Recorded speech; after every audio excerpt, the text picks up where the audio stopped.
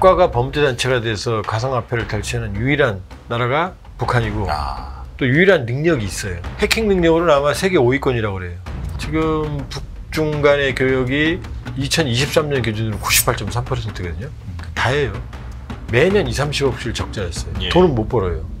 적자는 누적이 돼요. 방법은 손쉽게 여기 앉아서 하는 거.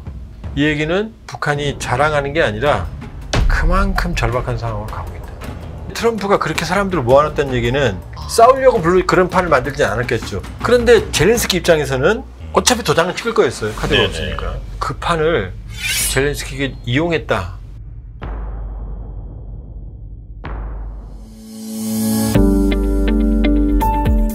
미국, 우크라이나, 러시아 이 국제 정세 분위기거든요.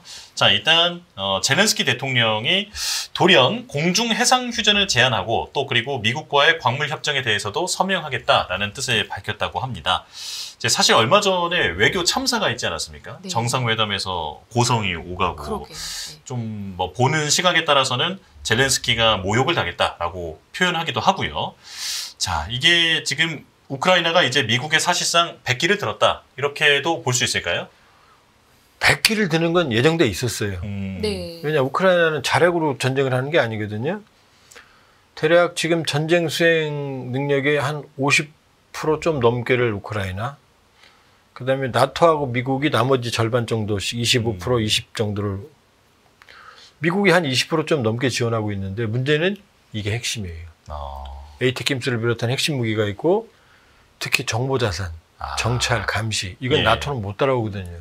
그러니까 이걸 빼면 우크라이나는 전선을 유지하기가 거의 불가능해요. 어쩌면 전선이 뚫릴 가능성까지 있어요. 예. 그러니까 트럼프 대통령은 지금 방식은 뭐냐면 휴전 방식은 종전 방식은 푸틴은 원하는 거 다 들어주는 겁니다.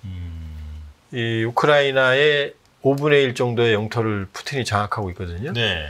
전쟁 전에 뺏은 건 2022년 2월 24일 이전에 뺏은 건 2014년에 크림반도, 그다음에 돈바스 지역 내전, 그다음에 2022년 2월 24일 날 침공한 이후에 전라남북도, 경상남북도, 강원도 정도 면적을 덮여샀어요. 이걸 다 합치면 남한 면적이에요. 네. 어마어마하죠. 그러네요. 이거를 인정해 주겠다는 거예요, 푸틴한테는. 그럼 푸틴은 씩 웃죠. 그다음에 나토 가입 막는 게 푸틴의 목적 중에 하나였거든요, 우크라이나. 예. 나토 가입은 안 돼. 그다음에 히토류, 그 우크라이나 광물이요? 광물, 예. 우크라이나 광물, 히토류 내놔. 미국이 가져간다. 그동안 지원해줬으니까. 그다음에 안전보장. 예. 안전보장이 어딨어? 우리가 투자하면 안전보장이야. 이거거든요. 네. 이거는 모두 푸틴에게 유리한 방안이에요. 그럼 푸틴은 만세하고 종전한다고 그러죠. 예. 네. 근데 이건 우크라이나 못 받잖아요. 그렇죠. 그럼 푸틴은 만족할 만한 조건을 줬는데 우크라이나한테는 이건 도저히 받을 수가 없잖아요. 남는 수단은 협박밖에 없는 거죠. 너 무기 안 줄 거야. 이건 예정돼 있는 거예요. 네. 그러니까 이미 예정돼 있는 상황이었고 트럼프 대통령 말대로 우크라이나는 카드가 없어요. 카드가 없는 상태이기 때문에 받을 수밖에 없는 상황이었어요. 예. 그러니까 외교 참사라고 하는 건 없어야 되는 일이었죠.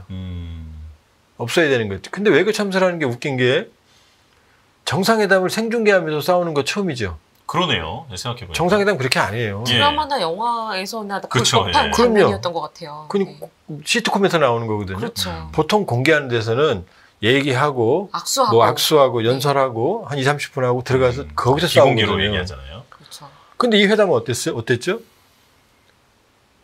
기자들 다 불러놓고 카메라 다 모아놓고 그 앞에 앉아서 거기서 싸웠잖아요. 그러니까요. 그럼 그 회담장을 누가 만들었죠? 트럼프가 만든 트럼프가 거거든요. 만들었죠. 네. 그럼 트럼프는 왜 만들었을까요? 그거 보면서 트럼프 정말 멋있다, 훌륭하고 착한 사람인데 이렇게 생각하는 사람 아무도 없을 거예요. 그냥 힘없고 약한 젤렌스키, 침략당한 젤렌스키를 트럼프와 벤스가, 특히 벤스는 부통령이 예. 그냥 가혹하게 정말 벤스 보면서 야비하다고 생각했거든요. 예. 그렇게 몰아붙이는 그림이거든요. 그걸 트럼프가 그렇게 하고 싶었을까요? 자기 이미지 더 나빠지는데. 트럼프의 의도는 아니었다. 그러니까 트럼프는 제가 보기에 그 자리에서 도장 찍는 장면을 연출하고 싶었을 거예요. 전 세계가 보는 상황에서 도장 찍는 장면을 연출을 기대하고 다 불러 모았겠죠. 트럼프가 젤렌스키한테 너 카드 없어 말하지 마 고마워해야 돼 이렇게 압박하는 모습을 보여주고 싶었을까요? 안 그래도 이미지가 나쁜데 벤스는 더 나쁜 사람 됐잖아요. 지금. 예. 그게 트럼프가 원했던 결과일까요?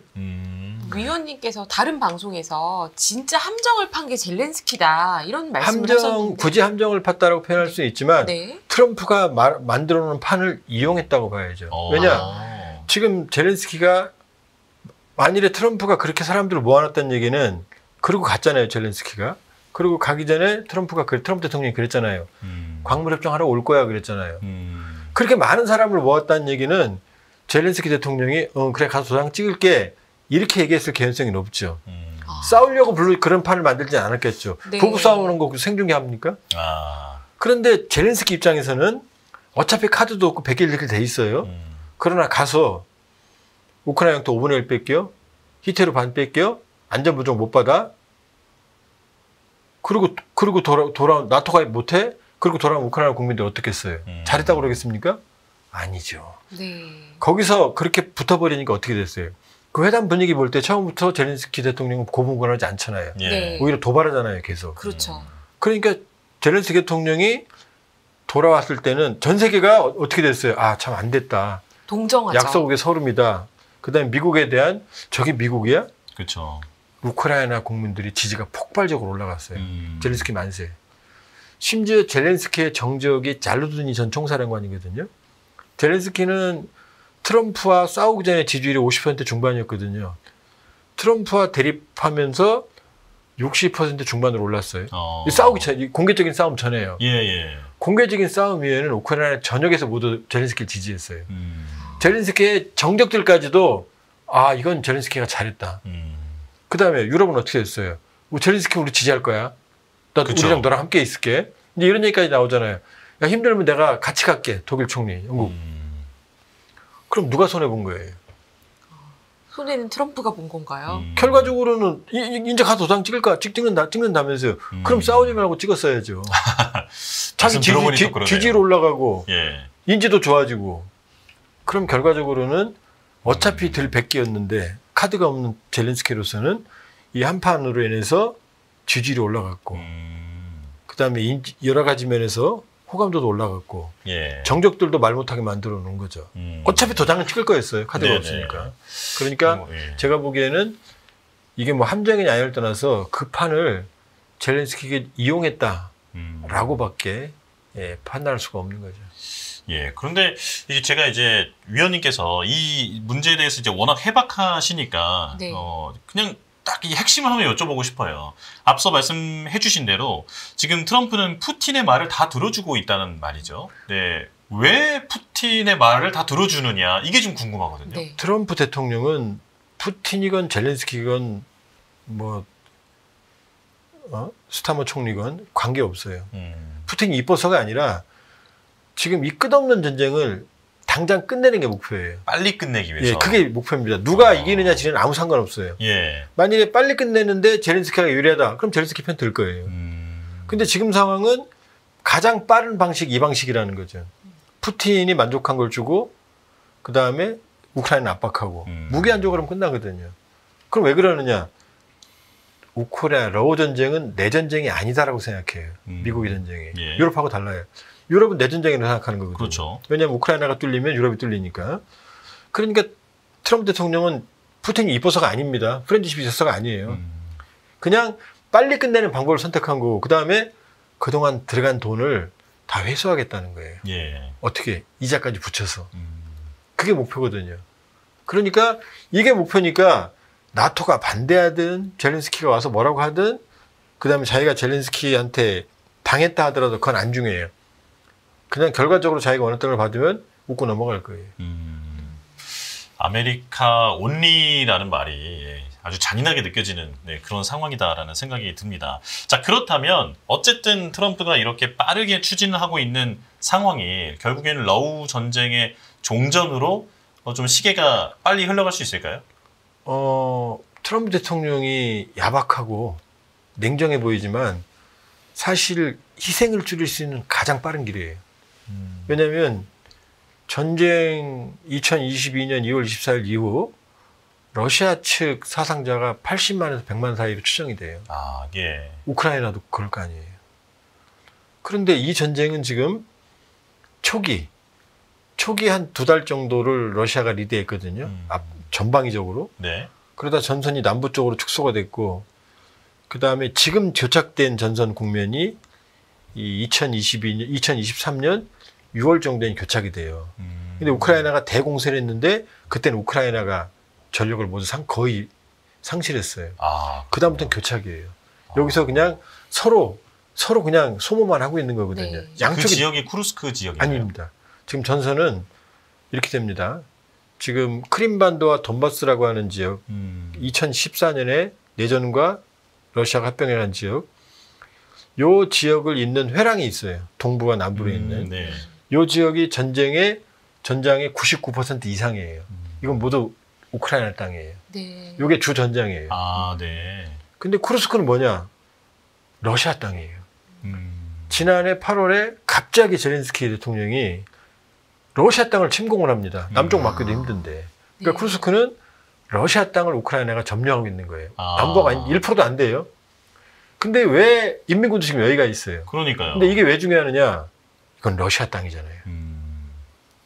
5월 9일이 되면 러시아의 전승절이거든요. 2차 세계대전 전승절.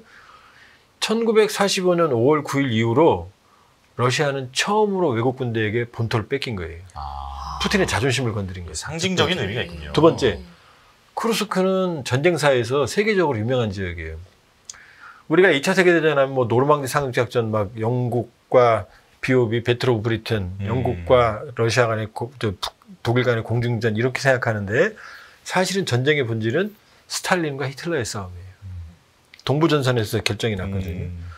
근데 이 동부전선으로 러시아가 독일이 바바로스 작전으로 치고 모스크바까지 갔다가 쿠르스크에서 결정적으로 패배를 합니다. 그 평원이거든요. 네.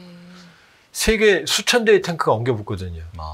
여기서 러시아의 명장인 소련의 명장인 주코프 장군이 독일군의 기갑부대를 괴멸시켜요. 사실은 괴멸이 아니에요. 왜냐하면 소련 탱크가 훨씬 많이 부서졌거든요. 거의 3, 4대 1이에요. 그 교환비가. 네. 근데 독일은 이 손실된 탱크 부대를 보충을 못했고 러시아는 한 대 부서지면 2대를 만들었거든요. 네. 이때부터 이제 히틀러는 끝없는 몰락이에요. 그러니까 쿠르스크 하면 러시아로서는 전승 지역이거든요. 여길 뺏겼잖아요. 그러니까 그럼 젤렌스키가 여기를 왜 침공했느냐?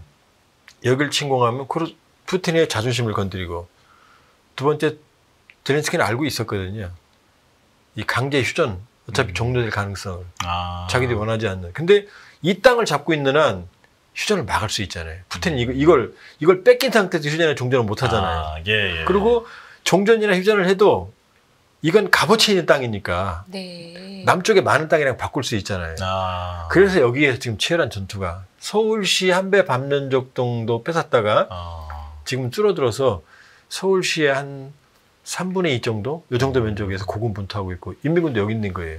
아니, 혹시 그러면 푸틴이 지금 젤렌스키에게 이 쿠르스크도 다시 돌려줘라고 요구하고 있는 상황인가요? 이제 협상에 들어가면 그렇게 하겠죠. 근데 이제 질문이 휴전이냐 종전이잖아요. 예, 빨라지느냐. 우리도 종전이 아니잖아요. 휴전이잖아요. 네. 종전은 어려워요. 왜냐? 종전을 하려면은 평화협정 체결이 필요하거든요. 그게 종전협정이에요. 전쟁이 뭐 때문에 일어나냐? 대부분 99% 영토 때문이거든요. 근데 러시아가 영토의 5분의 1을 장악하고 있잖아요. 근데 이거를 종전협정에 도장을 찍으면 평화협정에 우크라이나가 영원히 이 땅을 포기하는 거거든요. 그 우크라이나 받아들일 수가 없잖아요. 그러니까 종전협정은 매우 어려워요. 트럼프 대통령은 그 종전협정을 강요하는 거거든요. 젤렌스키한테. 근데 젤렌스키가 그걸 받을 수가 없잖아요. 예. 그러니까 지금 모두에 말씀하셨잖아요. 갑자기 젤렌스키 대통령이 휴전을 원하고 있다. 네. 젤렌스키는 휴전인 거예요. 종전하면은 비굴하게 도장을 찍어야 되지만 휴전하는 게 일단 쉬는 거니까. 네. 우리도 53년 7월 27일에 휴전했잖아요. 그리고 항구적인 종전 평화협정을 체결하고 몇 달 내에 하기로 약속했는데 여기까지 온 거죠. 그러니까 우크라이나 러우 전쟁도 그렇게 갈 가능성이 높죠. 종전 협정 같은 휴전협정, 휴전협정 같은 종전협정 이런 형태로 갈 가능성이 높죠. 종전은 쉽지가 않죠. 그럼 결국에는 우크라이나는 카드처럼 가지고 있는 쿠르스크를 내주면서 자기 땅을 일부를 다시 돌려달라고 주장을 하면서 휴전을 할까요? 아니면 그런 거 없이 정리가 될까요? 일단 트럼프발 강제 휴전이나 강제 종전이에요. 네. 우크라이나는 원하지 않으니까. 협상 불가능하다는 근데 거죠. 협상할 때는 쿠르스크를 가지고 있을 때랑 안 가지고 있을 때는 하늘과 땅 차이죠. 네. 그리고 쿠르스크는 또 러시아의 가스관이 유럽으로 지나갈 때 마지막 계량기가 거기에 있어요. 아. 집에 전기 계량기 없으면 전기가 못 먹이잖아요. 게이트네요, 게이트. 게이트죠. 가장 중요한 게이트. 게이트예요. 아. 그렇군요. 근데 이제 쿠르스크 얘기를 제가 여쭤봤던 것은 사실 이제 러우 전쟁에서 관련된 기사를 보면 쿠르스크 얘기가 제일 많이 나오다 보니까 예, 그렇게 해서 질문을 드렸던 건데 그 북한 인민군도 지금 거기에 가 거기가 있다라고 있어요? 말씀을 해주셨잖아요. 그런데 지금 북한군이 이런 휴전 혹은 종전 이야기가 오가는 와중에도 2차, 3차 파병 얘기가 나오더라고요. 왜냐하면 한국전쟁 6.25도 3년 했잖아요. 휴전협상 2년 했어요. 대부분의 희생이 여기서 나와요. 고지전에서. 왜냐? 휴전협정이나 종전협정을 하면 그 하는 날 자국 군대가 서 있는 게 국경이 되거든요. 그 한 치라도 더 뺏어야 되죠. 아. 그런데 지금 쿠르스크에 북한군이 간 이유는 이제 쿠르스크는 러시아로서는 반드시 탈환해야 되니까 병력이 와도 여길 보내야 되는 거죠. 첫 번째. 두 번째는 북러 간의 조약상의 문제가 있어요. 지난해 6월 19일 날 푸틴이 평양에 가서 북러 간 포괄적인 전략적 동반자 관계에 관한 조약을 체결하거든요. 예. 명칭은 동맹조약이 아니에요. 동맹조약은 우리 전쟁 같이 할게, 이게 동맹조약이에요. 한미상호방위 조약. 조중, 조선, 중국, 우호협정 및 상호원조조약, 이게 동맹조약이에요. 전쟁 같이 한다는 거예요. 아, 네. 근데 포괄적인 전략적 동반자 관계에 대한 조약은 일반 국가 간의 설린 우호의 최고 단계를 의미하지 동맹은 아니거든요. 동맹의 아랫단계네요. 그러면. 그렇죠. 근데 네. 문제는 그 안에 동맹조약이 들어있어요. 아. 4조에 상대방이 무력 침공을 당해 전쟁 상태에 처하게 되면 지체 없이 군사적 및 기타 원조를 제공한다. 지금 제가 뭐라고 그랬죠? 무력 침공을 당해서라고 돼 있죠. 그러니까요. 지금 남쪽에 있는 90% 우크라이나 영토는 러시아가 무력 침공을 한 지역이잖아요. 여기 못 가죠, 조약상. 근데 쿠르스크는 무력 침공을 당했잖아요. 아. 그러니까 조약상에 여긴 갈 수 있죠. 아. 그래서 쿠르스크의 전략적 중요성, 조약상의 의무. 그러니까 입만 열면 김정은이 그다음에 푸틴 양측이 조약상의 의무를 이해한다. 조약상 그 얘기를 하는 거예요. 네. 쿠르스크는 갈 수 있는 거죠. 침략당했으니까. 아. 그런데 이 북한군이 갔는데 12월 상순부터 파병은 10월 상순부터 됐고 쿠르스크에 가서 12월 상순부터 전투에 투입이 됐는데 1월 달에 이미 괴멸적인 피해가 발생을 했어요. 현재까지 약 4천 명 정도 네. 전사 내지 부상. 아. 전사는 한 3,400에서 최대 1,000명까지. 그것도 이제 2월 상순 기준으로. 그럼 2달밖에 안 되잖아요. 11,000에서 2,000명이 갔는데 3, 4천 명이 소모됐다? 그럼 거의 전멸한 거예요. 예. 그럼 사단 규모 11,000, 2,000명에 작전을 못 하잖아요. 지금도 앵커님 두 분이 진행하실 때 한 분 빠지시면 정상적인 진행 안 되잖아요. 그럼요. 카메라. 저는 카메라도- 신장이 없으면 안 됩니다. 저도 앵커님 없으면 안 됩니다. 네. 두 분이 짜신 것 같은데. 아닙니다. 네. 그 정도면 정상적인 작전이 안 돼요. 보충병이 영화 보면 그러잖아요. 네.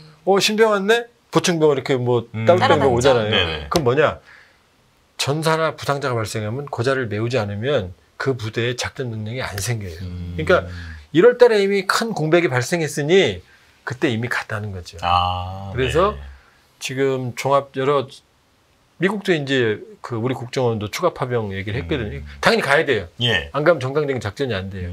그래서 지금 종합을 해보면 5,000명이 추가 파병이 됐고 1,500명은 쿠르스크에 이미 투입이 됐고 3,500명은 후방에서 훈련 중이다. 그러니까 상식적인 군사 상식이라면은 보충병은 가야 돼요. 그래서 지금 판단은 보충병 성격이다. 그런 상황이군요.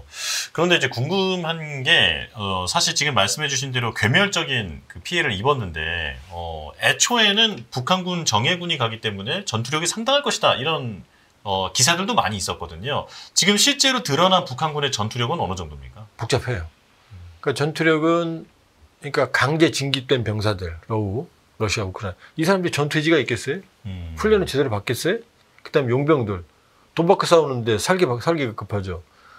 이 사람들보다는 전투력이 있는 것 같다. 네. 왜냐? 북한군은 10년 동안 근무하거든요. 예. 조직력이 있잖아요. 그 다음에 여러 가지 면에서 이런 이 앞에 말했던 사람들보다는 전투력이 있을 거 아니에요. 근데 러운 전쟁에서 닳고 단련된 특수부대나 경험 있는 러시아 군대, 우크라이나 군대보다 잘 싸울 리가 없죠. 이런 상황입니다. 예. 그런데 왜 지금 뭐 우크라이나에서 우크라이나 갔다 왔던 우리 의원이 전한 바에 의하면 처음에는 우크라이나가 이런 입장을 내놨어요. 형편없다, 전력이. 그런데 갑자기 입장을 바꿨어요. 러시아보다 2~3배 능력이 있다. 예, 맞아요. 그 말을 고지고대로 믿을 수가 없는 게 처음에는 북한군 파병을 심리전 차원에서 형편없다. 이게 심리전이죠. 근데 그렇게 했는데 북한군 파병한 걸 우크라이나가 제일 많이 떠드는 이유가 뭐냐? 그럼 지원을 더 받을 수 있을 거 아니에요. 예. 네. 근데 뭐라고? 인민군이 허접하다고? 그럼 더 안 줘도 되겠네? 이런 논리가 성립되잖아요. 그러니까 지금 입장을 바꿨어요. 잘 써. 너무 잘 써. 러시아보다 2배나 잘 써. 야, 정확히 모른다. 그런데 잘 싸울 수가 없다. 왜냐? 우크라이나 파병된 게 지금 경보병 여단, 3개 여단, 예. 한 개 여단이 3,000명이거든요. 그 다음에 정찰총국, 1개 여단. 정찰총국은 북한에서 전투력이 가장 세요. 휴전선 MDL에서 사고치고 테러하는 애들이 다 애들이에요. 전방군단이 아니에요. 근데 문제는 정찰총국이든 경보병 여단이든 경보병 여단은 뭐냐면 무장이 빈약하다는 얘기예요. 대신 빨리 간다는 거거든요. 네. 근데 현대적인 경보병은 기가화되어 있어요. 장갑차, 헬리콥터, 신속 이동. 근데 북한의 경보병 여단은 도보예요. 6.25 때 개념이에요. 그러니까 평양 후방에 부대가 있거든요. 11군단이. 전방엔 4개 군단이 있어요. 서쪽에 황해도에 4군단, 2군단, 5군단, 1군단, 동해. 이렇게 4개 군단이 있거든요. 여기서 전매전이 벌어지면 후방에서 산악행군을 통해서 후방으로 내려와서 후방을 결란하는 거예요. 뭐 이천, 광주, 장호원 이런데.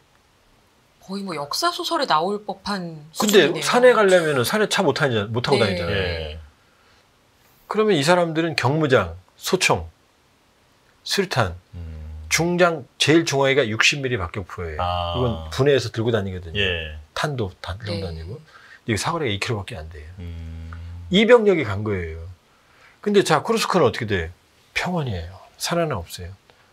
산이 없어요. 일단 숲도 없어요. 숲은 어디에 있느냐? 이 개천 같은데 하천변에 수분이 있으니 그 옆에 나무가 자연적으로 자라요. 예. 이게 다예요. 그러니까 마을은 다 초토화돼 있으니까 은폐가 안 되잖아요. 그러니까 드론 보면 어떻게 돼요? 나무에 숨었는데 위에서 보고 떨어뜨리잖아요. 그러니까요. 그러니까 쿠르스크는 평원이기 때문에 첫째 장갑차와 탱크, 야포가 절대적으로 필요합니다. 이게 없으면 전쟁이 아예 안 돼요. 근데 영화에서는 보면은 드론 영화가 아니라 이제 보도에서 보면 드론이 막 부시잖아요. 어이없이. 네. 그 필요 없어 보이죠? 아니에요. 탱크나 장갑차가 밀고 들어오면 그냥 뚫려. 어마어마하게 무서운 무기체계예요. 속절없이 당하지 않아요. 예. 그러니까 누가 많이 탱크와 장갑차를 소비하냐거든요. 북한이 탱크와 장갑차를 가져갔겠어요? 못 망갔죠. 그렇죠. 그러니까 그러면 러시아가 지원해 주지. 러시아는 북한군을 하층민 취급한다. 소모품 취급한다. 그럴 거 아닙니까? 예. 자국 유선이니까. 그리고 러시아도 쓸 장갑차와 탱크가 없어요. 에피소드 하나 알려드릴게요. 한 달 조금 더 지난 얘기인데 모스필름이라고 러시아의 제일 큰 영화 제작사가 있거든요. 이 사장이 푸틴 대통령을 만났어요. 푸틴을. 네. 그 뭐라고 말했느냐.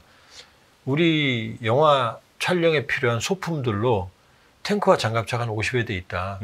이걸 전선에 보내주겠다. 이렇게 말했어요. 소품을 보내주겠다고요? 전쟁이요? 실제로 쓰는 거예요. 근데 네. 중요한 건 뭐냐. 이게 2차 세계대전 때 찍는 2차 세계대전용 소품들이거든요. 그 정도로 지금 없어요. 근데 러시아가 자기들도 쓸 것도 없는데 북한군한테 지원했겠어요? 그러니까 무작정 갈려나가는 거죠.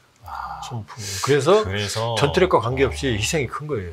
그래서 탱크 하나 없이 거의 뭐 초기에는 인간 지뢰 탐지기다 뭐 이런 얘기까지. 그게 거의 나왔던 맞는 게, 얘기예요. 예. 그게 그런 이제 거였군요. 러시아가 2차 세계대전에 이겼던 전략이 뭐냐. 더 많이 소모해도 끝까지 살아남으면 이긴다예요. 그러니까 이 손실 비율을 보면 거의 3대 4대 1이에요. 예. 인명부터 무기가. 근데 러시아는 끝없이 보급할, 소련은 보급할 수 있었고 독일은 안 됐거든요. 네. 스톰제트 작전이라고 해요. 뭐냐면 무장이 빈약하고 훈련이 덜 된 부대를 먼저 내보냅니다. 그럼 부대가 병력들이 오니까 저쪽 상대방의 위치를 탐지하고 사격을 할 거 아니에요. 그럼 적군의 위치가 발각되잖아요. 예.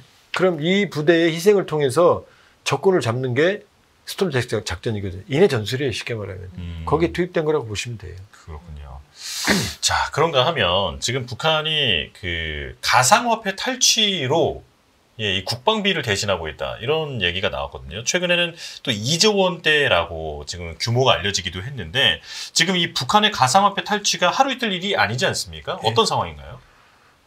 지금 국가 규모로 국가가 범죄단체가 돼서 가상화폐를 탈취하는 유일한 나라가 북한이고 아, 또 유일한 능력이 있어요. 네. 해킹 능력으로는 아마 세계 5위권이라고 그래요. 아, 네. 북한에는 이제 컴퓨터 관련 대학을 자동화 대학이라고 그러거든요.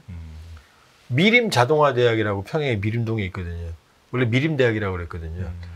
여기서 끊임없는 해커들을 길러냅니다. 이 사이버 범죄자들. 그래서 정찰총국, 육국, 기술국에 배치하거든요.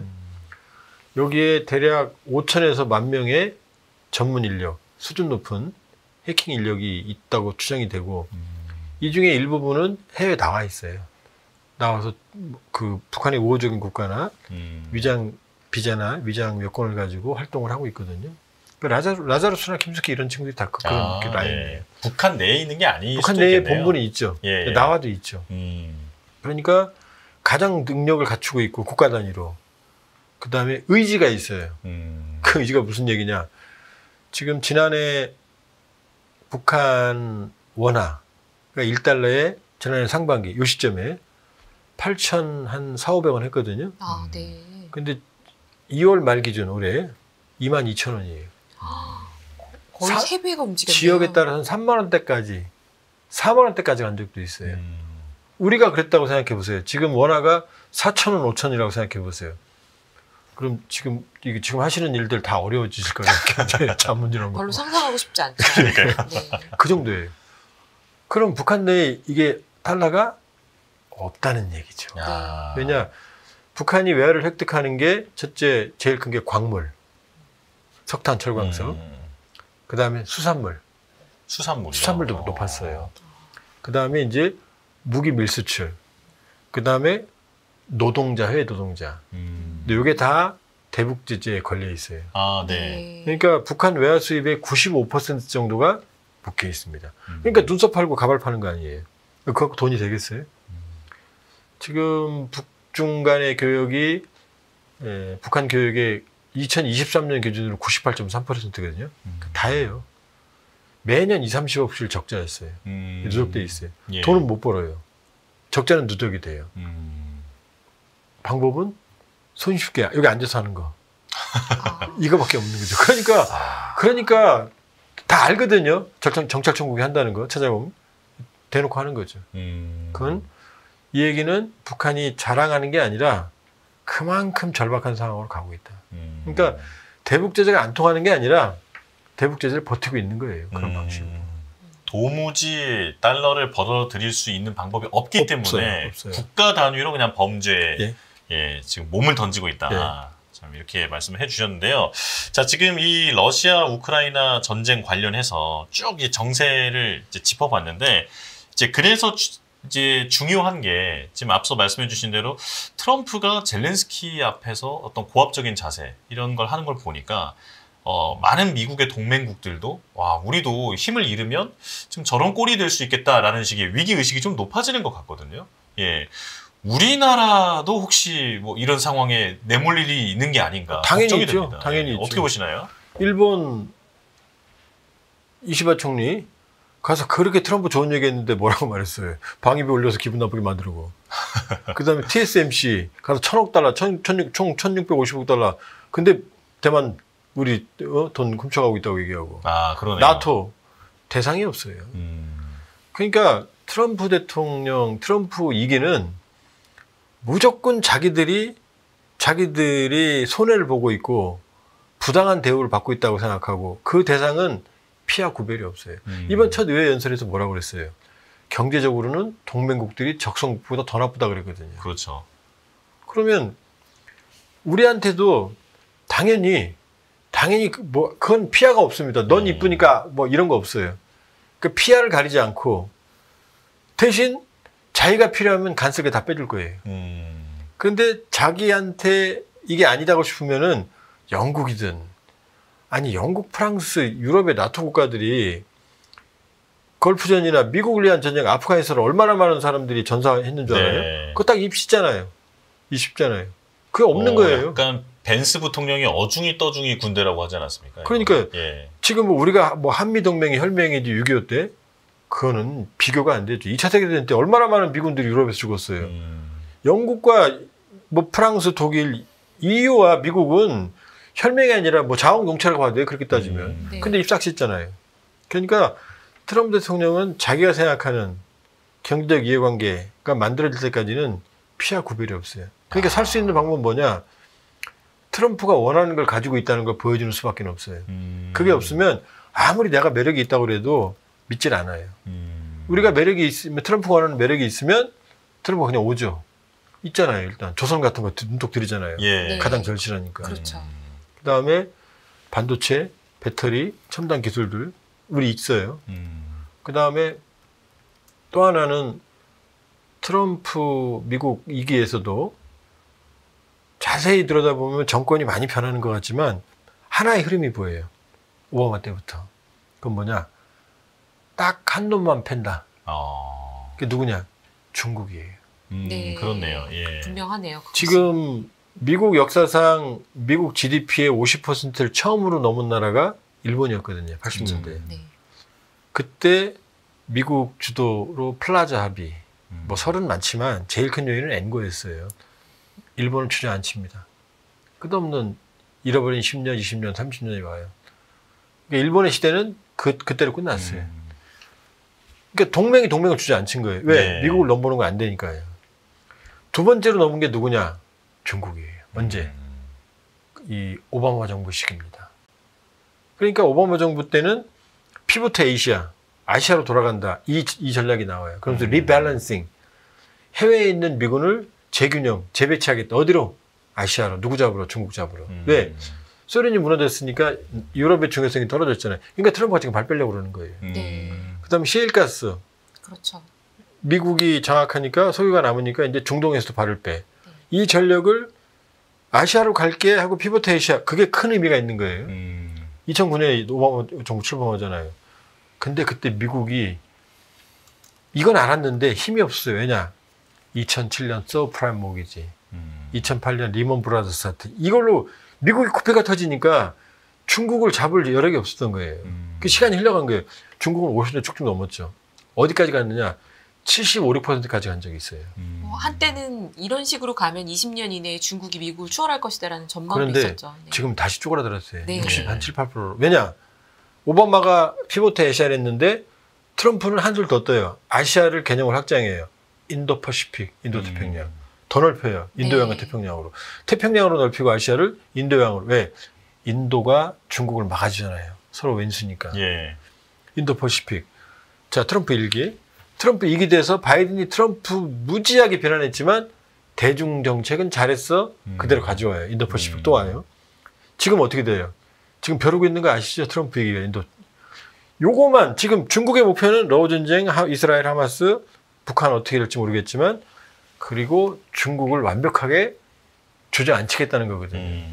예. 그런데 중국을 경제적으로만 앉힐 수는 없잖아요. 군사적으로도 압박을 해야 될 거 아니에요. 주한미군이 있잖아요. 주한미군은 대륙에 붙어 있잖아요. 예. 주한미군도 훨씬 많지만 일본이잖아요. 주한미군은 중국을 압박하는 전초기지예요. 그러니까 사드 때문에 중국이 그게 뭐라고 막 난리치고 뭐 한한령하고 예. 뭐 그렇죠. 양쪽 커피 터지고 왜냐? 이게 바로 그거거든요. 주한미군의 위상 변화는 바로 중국의 이해관계를 건드리거든요. 그런데 이 주한미군이 있는 그리고 세계 최고의 우리가 거의 100억 달러 지어준 캠프 험프리스라는 세계 최고의 기지가 있는데 우리를 그냥 뭐 주한미군 다 철수할 거야? 독일하고 다르죠. 그러니까 말은 할 수 있겠지만 트럼프 대통령이 생각하는 그림 속에서 우리는 그렇게 막 버릴 수 있는 세상은 아니다. 예. 우리는 트럼프가 좋아할 수 있는 매력, 전략적 이점을 여러 가지를 가지고 있다. 이게 다는 아니에요. 이제 바게닝 파워 읽어갖고 이제 지금 이 사태가 어떻게 끝날지 모르겠지만 어느 쪽으로 가든 이런 전략적 자산을 가지고 트럼프 2기와 이 냉혹한 트럼프 2기와 바게닝 파워를 이제 행사해야 되는 거죠. 예.